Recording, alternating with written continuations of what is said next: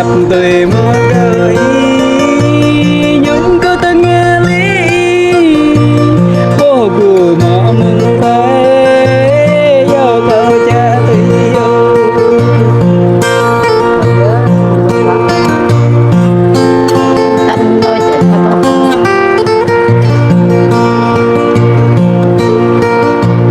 bố mừng một đời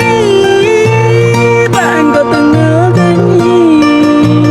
nhấp mừng mong có bị lý và tìm mong có bị đập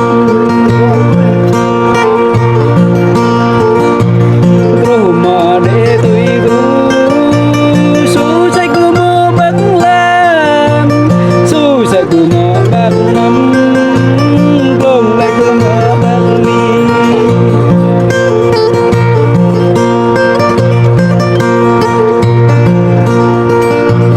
chính cô tôi chính ra nhưng cứ nghe cái gì mơ cờ nhập tâm tay mơ cờ để bị thân đi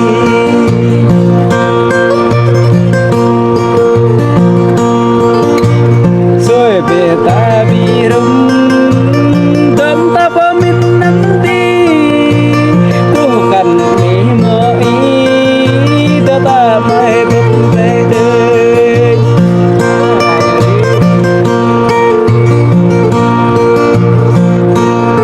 Nó chẳng con trôi vậy. Không dợ hả? Vì anh dợ mạ cho luôn ha.